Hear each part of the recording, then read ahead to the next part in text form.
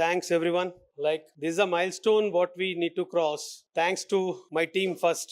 It's really sir మీ అందరికి తెలుసు నేను ఎక్కడి నుంచి స్టార్ట్ అయినా. ఇట్స్ లైక్ హోమ్ లోన్ ఇవ్వాలి ఒక కస్టమర్ కి అని అంటే అతని దగ్గర ఓ 50% ఫండింగ్ ఉంటే సరిపోదు, అతని రీపేమెంట్ కెపాసిటీ ఉండాలి అనే సిచ్యుయేషన్ నుంచి సిటీ ఫైనాన్షియల్ లో 10 lakhs పర్సనల్ లోన్ ఒక సాలరీడ్ పర్సన్ కి ఇస్తున్నప్పుడు ఇన్కమ్ ఉంటుంది కస్టమర్ కి, కానీ లోన్ రాదు. 50% పే చేస్తాను, ఇంకో 50% మీరు ఫండింగ్ ఇవ్వండి, నేను ఎవ్రీ మంత్ కట్టుకుంటాను. అన్ఆర్గనైజ్డ్ బిజినెస్, ఐటీ రిటర్న్స్ లేవు. ఇట్లాంటి సిచ్యువేషన్ లో సిటీ ఫైనాన్స్ లో పనిచేస్తున్నప్పుడు పాలసీ అడిగినాం సార్. నేషనల్ హెడ్ కి పాలసీ పెట్టుకున్నాం. వెన్ ఆ టైంలో ఎంత ఉండే 2004 లో 16 lakhs కి ఇండిపెండెంట్ హౌస్ వస్తుండే, మనకు 3.5 lakhs 4 lakhs కి ఫ్లాట్స్ వస్తున్న రోజులు. సో 50% ఇస్తారు, మనం 50% ఫండింగ్ ఇవ్వాలి. ఎలాగూ 21% 22% పర్సనల్ లోన్ మీద తీసుకుంటున్నారు కదా, సో సేమ్ ఫండ్ ఇవ్వండి, శాలరీ ఉండదు వాళ్ళకి, ఇన్కమ్ ఉంటది అని 3 months కష్టపడితే పాలసీ ఇచ్చినారు సార్. అక్కడి నుంచి ఆ ఇన్నోవేషన్ అనేది ఒకటి బ్రెయిన్ లో పడిపోయింది. అంటే మనం అనుకోని ప్రాపర్ గా ఉంటే ఏదైనా చేయొచ్చు అనేది. సో 1 by 1 చేసుకుంటూ వచ్చినాక ప్రాపర్టీ సేల్స్ కి main fuel is home loan. 80% funding, 20% customer ఇస్తాడు. అండ్ కస్టమర్ అతను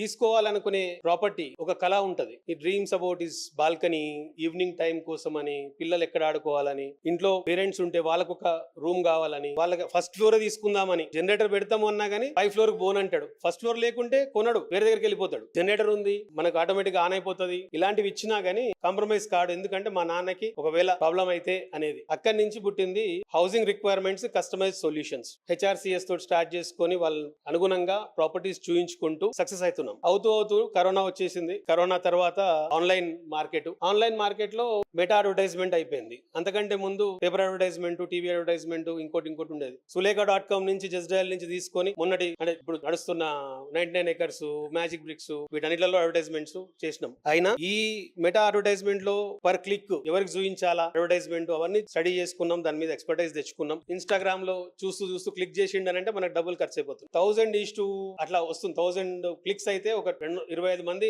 విజిట్ చేసే పరిస్థితి. సో కాస్టింగ్ పెరుగుతుంది. So what exactly they want. Same thing builder కూడా అనుభవిస్తున్నాడు కదా. బిల్డర్ కూడా కాస్టింగ్ అంతే ఉంటది కదా, నాకయ్యే కాస్టింగ్ బిల్డర్ కూడా అవుతుంది కదా. ఆ 25 members లో ఒక పర్సన్ కొన్నాక మిగతా 24 members ఎవరున్నారు అనే ఆలోచన వచ్చింది. So what exactly they want, if you understand that, if you cater them properly, or whatever they want మనకు ముందే తెలిస్తే, సేమ్ బిల్డర్ కి చెప్తే, ఆ విధంగా కడితే మై1 టెక్నాలజీ వచ్చింది, ఫాస్ట్ గా అయిపోతుంది. పర్మిషన్స్ 21 days తర్వాత డీముడ్ టు బి పర్మిటెడ్ అని చెప్పేసి అన్న రోజులలో ఈ ఐడియా వచ్చింది సార్. అంటే దాని తర్వాత ఏమైతుందో తెలియదు. ఇప్పుడు 1 year నుంచి పర్మిషన్స్ రావట్లేదు, తర్వాత విషయం అనుకోండి. దట్ ఈస్ సో అందులో పార్ట్ గానే తీసుకున్న డిసిషన్ ఈ విధంగా ముందుకెళ్తున్నాం సార్. సో కమింగ్ టు మా సర్వీసెస్ గురించి వచ్చి sir, we take care of entire advertisement cost అండి. Entire advertisement in digital, not hoardings, ఇవి మేము భరించలేం. ఆ కాస్ట్ బ్రాండింగ్ అదంతా మా వల్ల కాదు. అంటే డిజిటల్ బ్రాండింగ్ చేస్తాం టోటల్ గా. స్టాఫ్ ఎవరైతే సేల్స్ లో అవసరపడతారో, లోన్స్ లో అవసరపడతారో, రన్నర్స్ టు బ్యాంక్, చెక్స్, ట్రాన్సీ పేమెంట్స్ ద్వారా మనకు వచ్చే చెక్స్ తీసుకురావడం గానీ, కస్టమర్ నుంచి డిమాండ్ లెటర్ సైన్ చేయించుకొని సబ్మిట్ చేయడం గానీ, updation of construction updation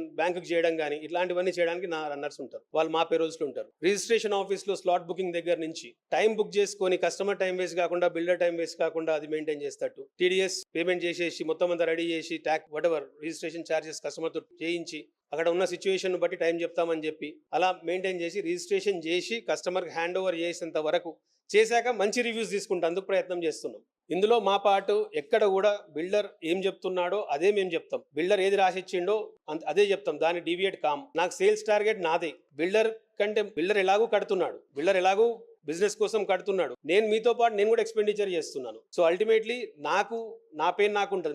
it's my bread and butter, నేను సంపాదించుకోవాలి దానిపైన. సో సేల్స్ టార్గెట్ పెట్టినా తీసుకునే కెపాసిటీ నాకు ఉంది సార్. నా టీం ఉన్న నాయంబడి సేల్స్ టార్గెట్ పెట్టినా తీసుకునే కెపాసిటీ ఉంది. But at this junction, because of the volatile market, కొద్దిగా సేల్స్ టార్గెట్ తీసుకుంటే 30% 40% అచీవ్ అవుతున్నాం, ఎక్కువ కాలేకపోతున్నాం. ఇంతకుముందుకు అయ్యే వాళ్ళం. సో ఆల్ దీస్ థింగ్స్ తీసుకున్నాం. అంటే నార్మల్ మార్కెట్ 2% పే చేస్తుంది, I'm asking 3%. At this juncture, I'm asking 3%. Other people are charging. Other companies are charging 5%, 6%. బెంగళూరులో ఇక్కడ కూడా వేరే కంపెనీస్ చార్జ్ చేస్తున్నాయి. హెచ్ఆర్సిఎస్ 5% చార్జ్ చేస్తే కస్టమర్ మీద బర్డన్ పడుతుందనే ఆలోచనతోటి 3% రెస్ట్రిక్ట్ చేసుకుంటున్నాం. మేము 3% పెట్టుకునే ముందుకెళ్దాము అని మేము పెంచడం అంటే అఫ్ కోర్స్ కస్టమర్ కి లోడ్ అవుతుంది కదా సార్. ఆ కాన్సెప్ట్ లో మేము 3% కే రెస్ట్రిక్ట్ అయినామండి. So it's about normal HRCS this thing.